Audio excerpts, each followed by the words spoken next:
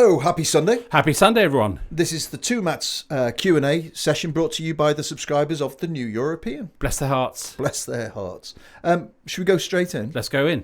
Do the Mats think that smoking should be banned in designated outdoor spaces? Deadhead 005 or 005 in London.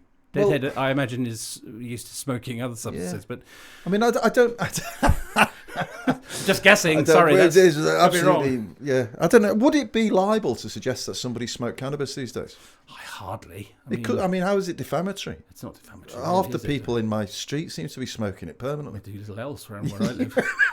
I don't think it is really. I mean, it streams a bit. I hate smoking. Right, I used to smoke a lot. I can remember smoking in the workplace next to a guy with emphysema. Oh, me too. Yeah, I mean, it was awful, and I can remember the move to smoking rooms in offices with sort of nicotine stained walls, and then that being banned, and then smokers being pushed further and further out. I don't think it should be, but I think if you're prepared to go outside, brave the elements, and people pay so much for cigarettes now. Yes. I wish everyone would give up, and I loved the only good thing about Rishi Sunak, I thought, was the ambition to have a smoke-free generation at some point. Yes. But there is something a bit too kind of oppressive about saying to people you can't do something that's legal. It's interesting though, isn't it? Because if on the basis of the Rishi Sunak policy, which is that no one over 14, if once it gets enacted, no one will ever be able to smoke again buy fags legally. Why then are you allowing it to be tolerated in these outside areas? And I suppose the truth is, which you kind of imply, Matt, is that policy is incremental and messy. Yeah. And while it is legal, which it will be for quite a while, it seems to me a bit much to say you can't smoke outside. And the thing is about outside is you can always, if you see someone smoking and the smoke's drifting towards you, you can always move away. Yes, you can. And also, there are what I think a lot about this whole smoking stuff is I completely get it. By the way, I think it's revolting, and the consequences of it are horrendous. So don't do it, kids. But a lot of people do smoke, and I think it's sometimes used as a distraction technique by governments. Yeah, because of the kind of argument we're having now, an argument discussion. It's like it's important, but it's not that important, right? Yeah. It'll say if smoking was banned tomorrow, it would save the NHS a fair, I think it's about $3 billion a year, they reckon, right? Right. Great.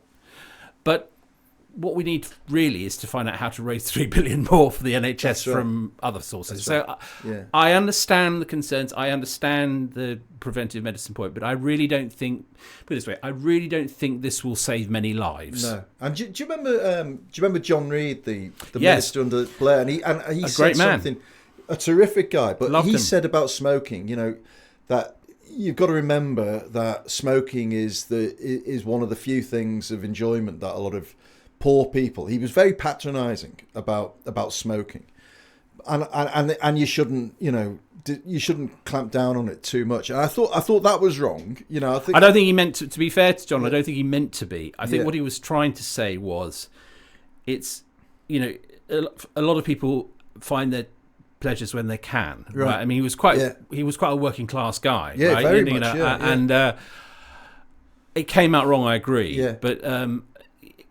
there is a point at which it's very hard, isn't it, where preventive medicine bashes up against that much libertarianism which we're prepared to preserve, and there are grey areas, and this is one of them. But on the whole, I would not make it a priority. It doesn't bother me. No. All right. Well, thanks, Deadhead. You can puff away to your heart's content. Go back to your bong. As far as we're concerned. From Peter in Redditch, Peter asks, it was brought to my attention recently that there is a Conservative leadership contest going on. Is there? Have you heard of such a thing? Well, I was grateful to Peter because this was actually news to me. He goes on, this used to be quite a big deal, but doesn't seem to be this time. Should I investigate further, or is it safe to ignore? Well, I'm sorry, Peter, that this news has come to your attention, because really, all decent people should be saved from this. It's timely though, because the voting is the parliamentary votes are such as they are. There are only 121 Tory MPs to vote, so and 6 of them are running. So will happen this week. I think on the 4th, and so it's timely. Will it all be done and dusted then by this time next week? No, because what will happen is there will be parliamentary votes, and then I think a number of the those who get the highest numbers will go on to the conference, the Tory conference, and there'll be what is laughingly called a beauty contest, right? Perhaps a little. You can tell how much I'm asked. Rather loosely to the term, and then the members, who, as we know, are very, very centred, grounded, demographically diverse group of people, will form a judgment about what's best for a sort of sensible future for the country. Right. I realised, actually, I was putting up this morning, this is the 10th leadership contest that I've been during my writing career that I've been sort of writing on. Good and God. I haven't written a word on it yet. No, that's mad, isn't Not it? a single, except so to say... what does that say about Well, things? I mean, my serious view is that I think the words existential crisis are massively overused in politics, right? And everyone's always having an existential crisis about something.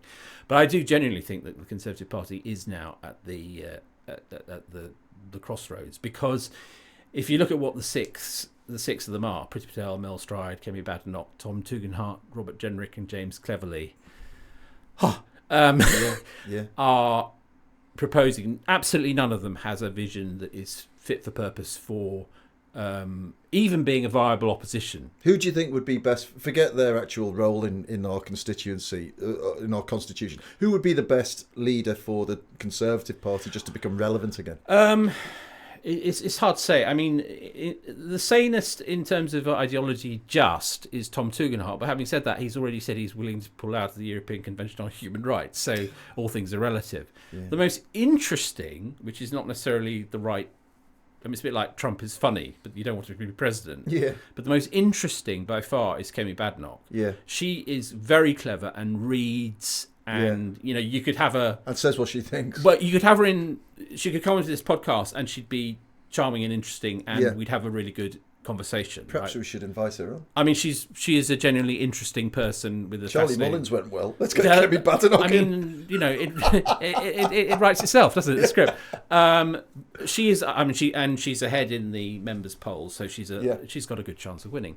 But the truth is that none of them have taken stock of why what happened, but more importantly, much more importantly, what should a centre-right party in the 21st century, not living on the glory of the 1980s, what should it do? None of them are even starting to think about that. And this does, the whole thing raises a very serious point about the way we do politics, which is, as delighted as I was that the Tories got wiped off the map, we do need a strong opposition to push and control, don't we? The serious point is, what worries me in all of this is that they'll end up looking like Reform Light. Yeah.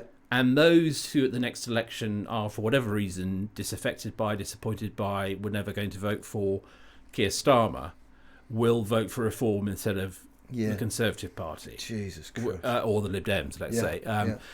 I think that is a genuine risk, because Reform is hateful. I think it's Farage's conduct during the riots was outrageous, almost at the fringes of legality, to my mind, right? Almost inciting. But they have momentum, and the Tories at the moment, at any rate, have precisely none. So my advice to Peter is to go back to whatever you were doing before. Yeah, thank you, Peter from Redditch. Great question. Did Labour fall into a Tory trap when they announced they would not raise income tax or national insurance? It seems clear that Jeremy Hunt's national insurance giveaway was entirely unaffordable. Now that they have uncovered the truth about the Tory lies, surely they have the right to adjust their promises to rectify the mess they inherited. Sully 89. Well, I think this is absolutely a brilliant question. It is, yeah. And I think it is. I think it's probably absolutely right. You know, my only question is, are the Tories that clever? And probably not. But however, whether or not it was deliberate that the Tories got Labour into a position where they're promised no income tax, no national insurance cuts, no VAT, and that Labour are now rigorously sticking to that, or saying, they're going to, has put Labour into a very vulnerable position where they're now left with, a whole bag of tax cuts that will piss off specific communities of people, inheritance tax, or capital gains tax, or tax rises. You mean tax rises? Or cutting the fuel allowance, not putting up the 2-child benefit cap.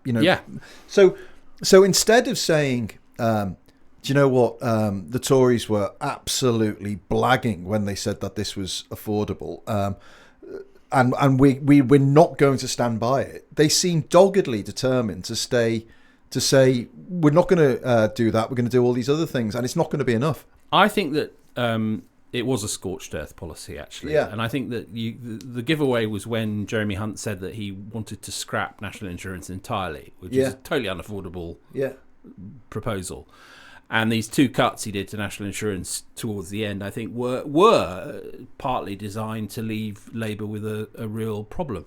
It's interesting because it made me think about the whole business of Labour matching Tory promises. So I went back to the 97 Labour manifesto, thinking in my head that this all started then, and I was completely wrong. Actually, all that Blair and Brown promised in 97 was that there wouldn't be changes in the basic or top rates of income tax. Is that right? Yes. I thought it was much more holistic. Me too. Me too. But and what it shows is, and this is a dangerous sort of kind of ratchet that progressive politics has got into, where, as it were, the price of entry is the ante, if as you were to join the game, has gone up. The test of your economic credibility is not just that you won't raise income tax, but you won't raise income tax and national insurance and VAT, and before you know it, to your point, Matt, you're in this sort of fiscal straitjacket, out of which they're going to have to Houdini-like burst when Rachel Reeves gives her first budget in October. And if they do go back on any of that, I don't think they will, actually. I think they won't go back on income tax, national insurance, or VAT.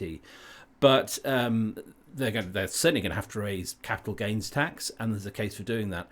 If I was them, I'd leave inheritance tax alone for the simple reason it doesn't raise much money. Right. Not because there isn't a case for raising inheritance tax, but I think that they should be appointing a wealth tax commission to look at the whole question of wealth. I just think the psychology of it, the political psychology, is questionable. Defensive. Because national insurance and income tax and VAT are seen as generalised taxes. They're taxes pretty much everybody pays. Absolutely, pensioners don't pay national insurance, but they're pretty much taxes across the board. And you don't feel under personal attack if somebody says we're going to raise that. No.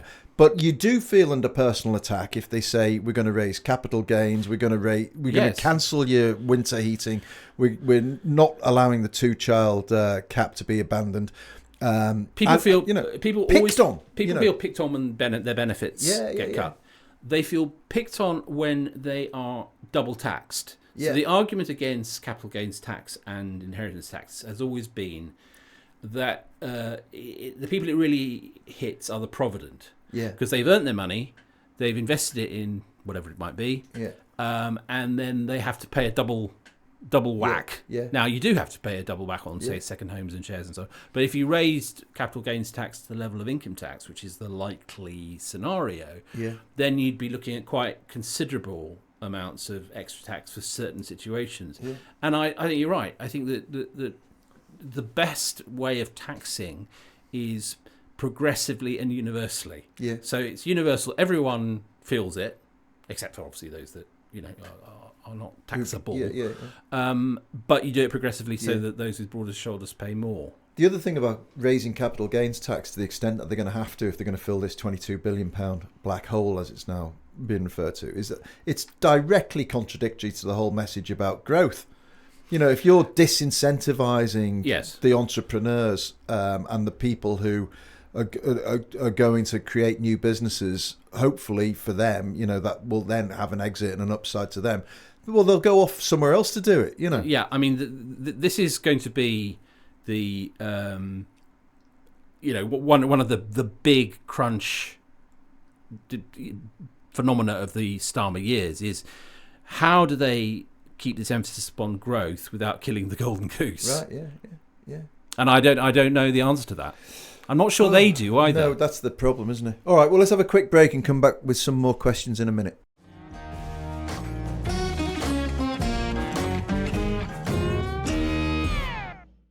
Right. Next question, please. From Utoxeter. Just to discriminate you from the rest of the confused. Or Confucius from Oxford. Confucius from Utoxeter. Listening to your Q&A on the 25th of August, and you talked about government debt. Who or where does the government borrow from? I keep hearing about record borrowing, but where does the money come from? If it's the Bank of England, doesn't it just create money at will? That's an interesting question. It is a good. Well, they borrow it from international institutions. What they do is it's odd because they borrow it from what's called the market, but the market in this case is not banks. It tends to be pension funds and insurance companies who lend money to the government by buying bonds, which are considered a very safe investment. And that's why, because the UK government has never defaulted on any of its debts, this is thought to be a very wise investment as opposed to investing in even blue chip stocks. Now, the question that Confused raises at the end about creating money at will, this is a bit more weird and technical, and it refers to quantitative easing.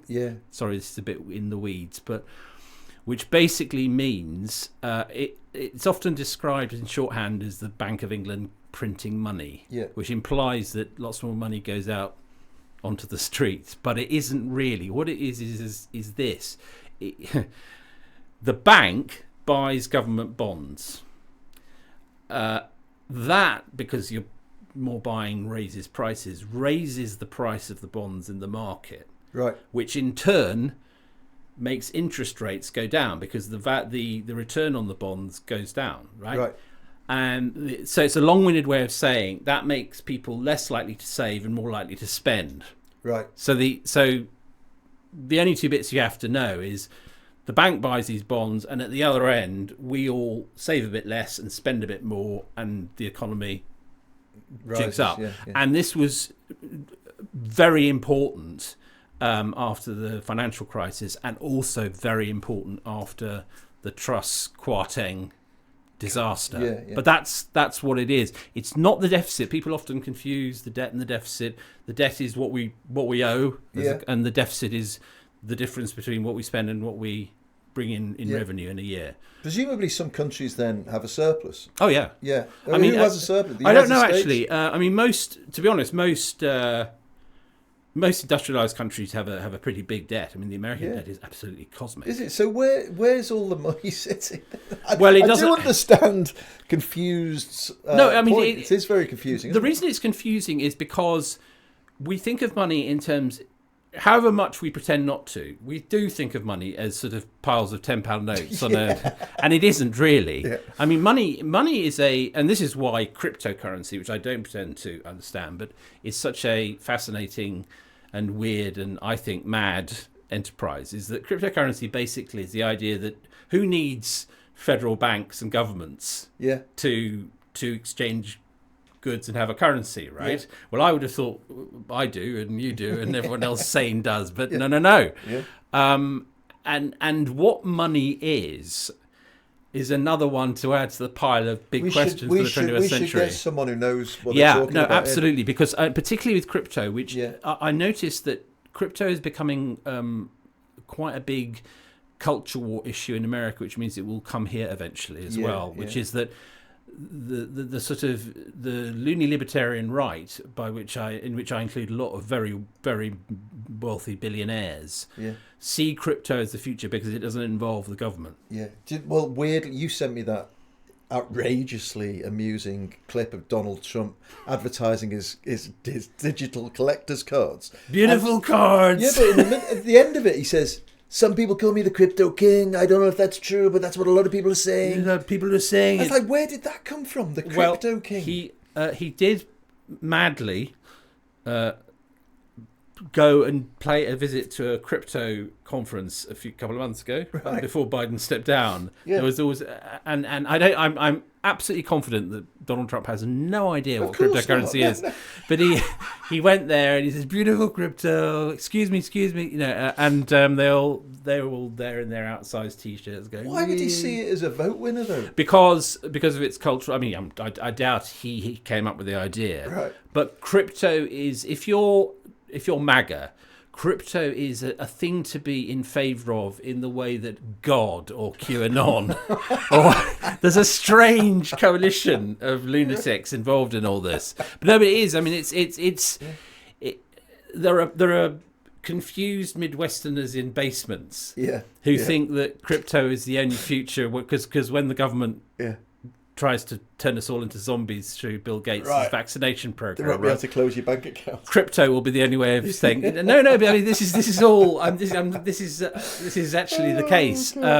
Sorry, we've veered a bit off confused, but you're right. We should have a economics 101 for the 21st century. It would be good, wouldn't it? With an emphasis upon how it's all changing, because I think it is all changing. Actually, it is. We had another interesting question which we didn't choose because I couldn't get my head around it, but it was around modern monetary economics, which apparently is based on the principle that if a state controls its own currency, it can borrow all it likes because it can never default, because you can just print more money to pay. No, that's not right. Well, so and at the end of the piece that I did read on Wikipedia, it said, and of course the only problem with this is like rampant inflation, spiraling out of control. Yes, I mean, I suppose it's literally true, but I mean the words Weimar and people with wheelbarrows do $1 million. I mean, notes, it didn't default, but some things happened. Right. Next question. Not a question, but some feedback I wanted to give. Always good to hear feedback. But most of the stuff I've seen in the comment section on the New European website have been contributions of a very high quality. Totally agree. I don't think I've ever really bothered reading the comment section of most articles until the New European. I'm finding it really insightful and worthwhile. Terrific work from some of the community. Ian Thompson on Spotify. Well, thank you very much, Ian. Quite agree. And you're absolutely right. And I think like any intelligent, engaging publication, well, not any, but some, our readers do. Well, the last one standing. They do. I mean, honestly, they're challenging. There's really good comments. And we. I don't know if you know. I don't know if you take the paper, Ian, but each week we take some of the comments and we run them in the letters page as well. But they are, in fact, some of the comments often are much more interesting in the article than inspired them. Never in your case, I would say, Matt. I don't know about that. I've been very enlightened by some of the things people have put underneath mine. And the ability to comment. And I genuinely, honestly, everyone listening to this will be thinking, this question's been written by Matt Kelly. Honestly, it's not. Nope. But I genuinely think that it is. It's a subscriber benefit. So if you want to comment and join the community, subscribe. There you go, Ian. It really is, and it reminds me. In contrast, when I was a columnist at The Guardian, I remember one of the first things someone said to me, who was on the comment, says, "You better not go below the line." No, don't go below the line. So I did, of course, because I don't care. And it was fascist, communist. You're a communist. You're a fascist. No, you're. And then they all. What I discovered was that if you just left them be, which I always did, they'd just carry on arguing with each other. Yeah. So 2 days later, you'd go on and they'd be abusing each other. Yeah, you're a communist. No, you're a fascist. No, you're a communist. Yeah. On whenever that ghastly website Order writes about it. Oh yeah. There's always about 2,000 comments. Never more than one line, because I think they have the problems composing more than. Yes, and I think bots are getting. And within about 7 columnists, I'm always a paedophile. Minimum. Minimum. Right. Why Annalise in Coventry? Why is Starmer ignoring the 60% of Brits who would vote to reverse Brexit? Well, I don't know, Annalise. The editor-in-chief of the New European, who better to ask? Honestly, it's one of life's great mysteries right now. And if Keir Starmer's listening to this, I would say, which he obviously isn't, but he better be. I would say, mate, the 60%, not just 60% of people who voted for you, 60% of the entire country would reverse Brexit. It's an absolute dead duck. Stop. Why do you keep saying we're not reversing Brexit? I mean, it would be the most popular thing you'd said in ever. Basically. I mean, it's a smaller example, but it interests me. It's like sort of pulling the asbestos off at one, or the bandage off at one go. Yeah. It's like the thing that has made me think more and more this is the right way to go is what happened to Biden, right? Which was everyone up to Biden stepping down was saying, "Oh, you can't do it." There are millions of reasons why you couldn't do it, right? He was obviously heading for a huge defeat. Yeah. And then Nancy Pelosi went in with some form of inducement threat weapon, I don't know, and said, "You got to go," and he went, "Oh, go." And ever since then, I'm not saying Kamala Harris is going to win, by the way, but everything has been absolutely on board. I mean, Kamala Harris immediately slipstreams in. You couldn't believe the speed with which everything went fine. So actually getting rid of Biden seemed this insuperable thing. Yeah, it wasn't, and when it happened, everything that everyone wanted to happened very quickly. As my kids said, the vibes would change in a heartbeat. Like that. If Starmer said, right, he threw his notes to his head and said, right, look, I'm just going to talk honestly for 5 minutes. Like, imagine a Hugh Grant script, right? Yeah, 10 minutes. That's right. Billy Bob Thornton standing there playing Farage, okay? And he goes, well, there's going to be a new sheriff in town. But it would be. Can you imagine how it would set Britain alight if he said, "Look, you know it, I know it, right? Yeah. There are a lot of people out there who are going to say that I am fighting the will of the people. I'm demonstrably not doing that doing the opposite. because I've got a 2,000-seat majority, and every single opinion poll says you all want to get rid of it. Yeah. So really, come on, Fuck this. It was a massive mistake. Why don't we just all agree that it was a massive mistake and." I know he's not going to do this, but my God, it would electrify. Not only would it electrify British politics, it would electrify global politics. But wouldn't it also? I mean, I know this is never going to happen, and it's utter fantasy. It's like wet dream territory, right? But if he did do something like that, it would change, as you just said, it would change global politics. It would because so many politicians would see. Do you know what? They want us to do the right thing, and we're going to do it. I mean, he has identified snake oil populism as the risk, and that's great. I'm glad we've got a prime minister who is against snake oil populism, and he did well during the riots, fighting the worst, most violent face of snake oil populism, right? But if you follow with that your own logic, Keir, right? What you do if you want to go down as a historic, consequential prime minister, is you say, I'm going to, at the start of my premiership, rather than waiting 15 years. I'm going to say what you are all thinking. I'm going to say the quiet bit out loud. And here it is.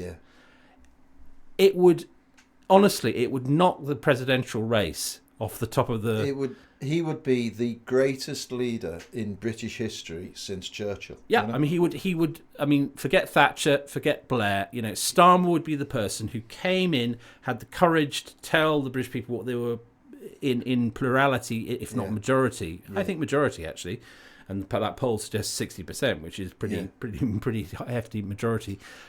This has been a terrible error. Let's sort it out. Yeah. Well, Annalise, it'll never happen, but I enjoyed thinking about it for a few minutes. It's a nice thought, isn't it? Right. Susan Nesh from Winston-Salem in North Carolina. Very suggestive. Very exotic. I love Aren't that. they cigarette makers, Winston-Salem? I thought they burned witches. Or do they... Susan, forgive our ignorance of where we're going to look into this. But your question is, fascinated by the British hoo-ha surrounding your Charlie Mullins interview, who I was not aware of since I live in the States, but who came across as a nice enough guy with questionable political friends. Makes me wonder, is it possible to have non-politically aligned friends these days? Great question. It really is, and I was thinking about it, and I think it is harder than it was, and I think that all the usual points about polarisation and the toxicity of social media are very familiar, and Brexit itself had a big part in pushing people aside.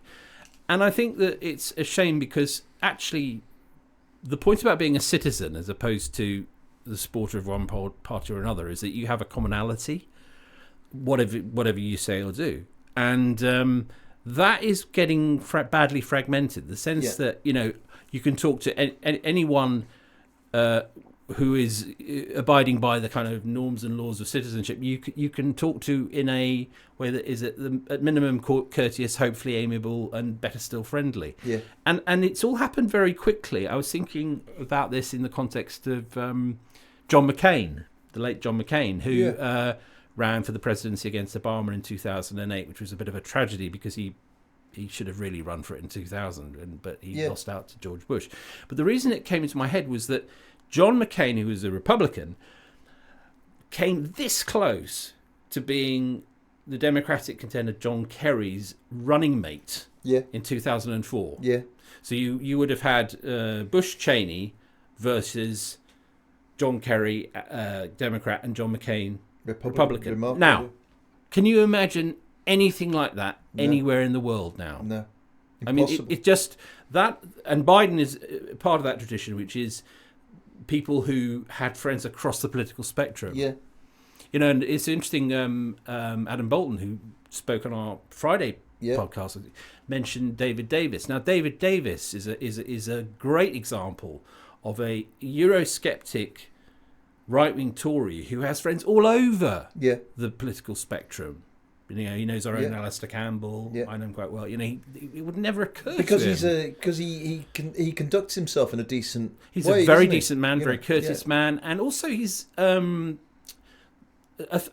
part of this that I think is getting lost is curiosity. Yeah, you know, he's one of those guys who, what's going on? What? I have to say, he wasn't curious enough to bring any documents with him to those bilaterals on the EU. Well, yes, that's. I'm thinking socially now, really, rather than in government. But I mean, I suppose what I mean is that he doesn't just look at Labour politicians and think, "Oh my God, how awful."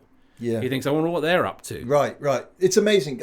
Amazing you should say that. I was listening the other day to a Radio 4 show, and I can't remember what the thing is, but it's like they've got two people with opposing views on something very important. On this case, it was obesity, and they have a conflict resolution expert sitting in the middle of these two people, and the way that this conflict resolution expert approached the conversation was much better, I thought, and constructive than our kind of antagonistic, confrontational media tendencies. And she would say, okay, you tell me why you think that this person is wrong, and then you respond to that, but I want you to think about why is she thinking like that, you know. So in other words, put yourself in that person's shoes for a bit and start to empathize a bit more and start to understand and discuss and drill down in. And I thought, what a great format that would be for a series of events around Brexit or whatever. It's a very good idea. But to literally have a conflict resolution expert in the middle with two people who are very outspoken and passionate, but just see if you can edge them closer to each other. And I'm sure, a great idea. I'm sure in every single instance you would get closer to them. You know? I think my worry is that this has been this sort of, you know, never kiss a Tory kind of culture it has arisen in the last 20 years really, and what worries me is that it will cross a generation. So there'll be a generation of people who've never had anything to do with people who don't think like them, which is insanity in a pluralist, diverse world. It's nuts. Yeah. It's the opposite of what you want. Because, you know, you're talking about the values of a community. Yeah. And the values of a nation are not political. No. Politics comes and goes in cycles. Very much so. But the values are, I think, of Britain, you know, the values you'd like to say that we espoused are of tolerance and communication. Decency. You know, all right, you can talk about our colonial past and all that, but let's talk about us as a people right now. You would like to say we are a tolerant nation, and there are loads of examples to prove that, but there's plenty and all too frequently examples now to disprove that, and I think that's very worrying. I agree, and I think that the idea of what our values are is getting, well, we know it is getting dangerously hijacked by the right, because I think what the Farage tendency is doing in a very sinister and sometimes near criminal way is saying we define what the nation's values are. Well, you don't. You don't. And we really have to push back against that. Yeah. Susan, thank you. Especially thank you for writing in all the way from North Carolina. Absolute pleasure to have you. Right. Last question. Have you got any spare tickets? Says Franny from Wilmslow. Well, I wonder what she could be referring to. Talking about the India-England Test match? I assume so, yeah. I think she might be talking about...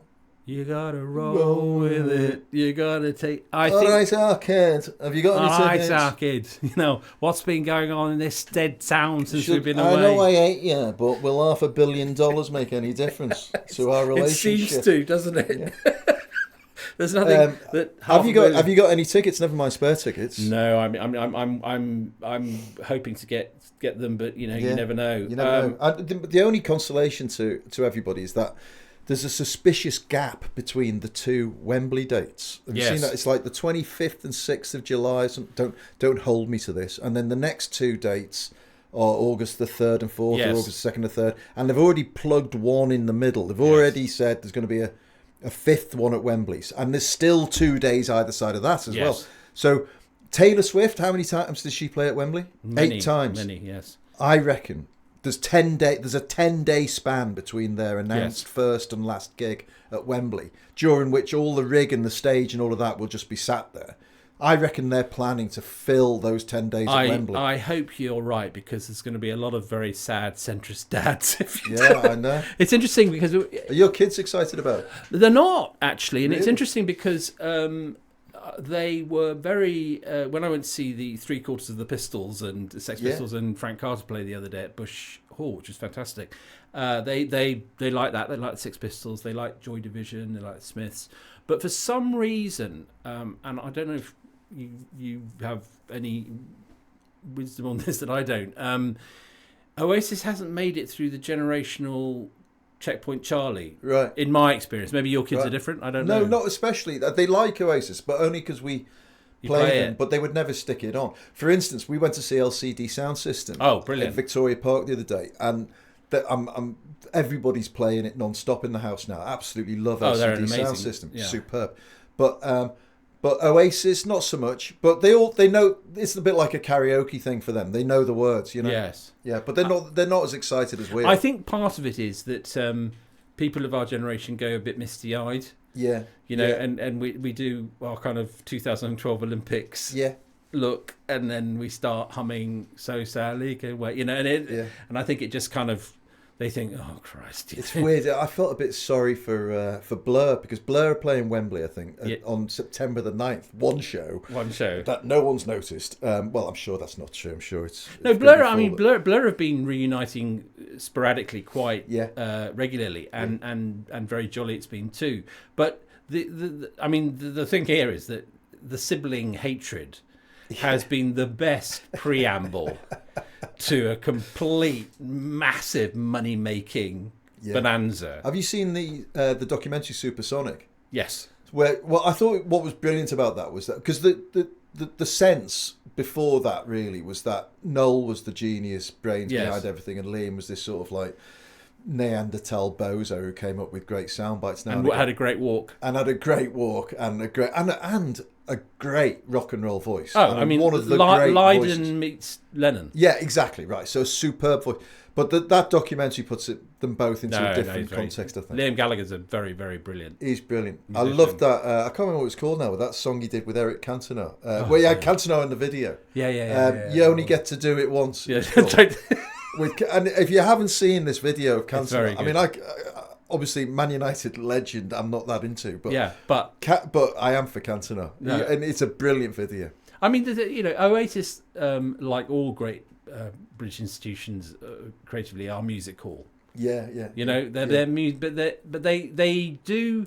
The one thing I push back against those who say they're just dad rock is no. They captured a moment in the mid to late 90s that was lightning in a bottle. Now, really it won't be that. Yeah. But the reason people get misty-eyed is real. Christ knows we could do with a bit of joyful nostalgia, couldn't we? Where were they when we were getting high? Noel, Liam, if you're listening, send us some tickets. Please. Franny, I hope you get your tickets. You won't get them from us, though, mate. Good luck. Thank you so much as ever for all your questions and feedback. Sorry for the questions we couldn't answer. We had a massive postbag this week. If we didn't get to you, apologies. Send in your questions to matts@tnepublishing.com. That's the number 2, MATTS, at tnepublishing.com. Don't forget your Tony Blair book subscription offer, signed copy of his book. They are almost out, so you've got literally days to do that. Don't dilly-dally. Subscribe and you'll be joining a great community supportive of fantastic independent journalism. You certainly will. And that's at theneweuropean.co.uk/2Matts. There's a link in the show notes. Thanks as ever to our team at Rethink Audio, led by Matt Hill. Until Monday. Have a great day. We'll address the nation again on Monday. We'll be back. Have a wonderful We're coming Sunday. back in here, as Withnell said. See you tomorrow.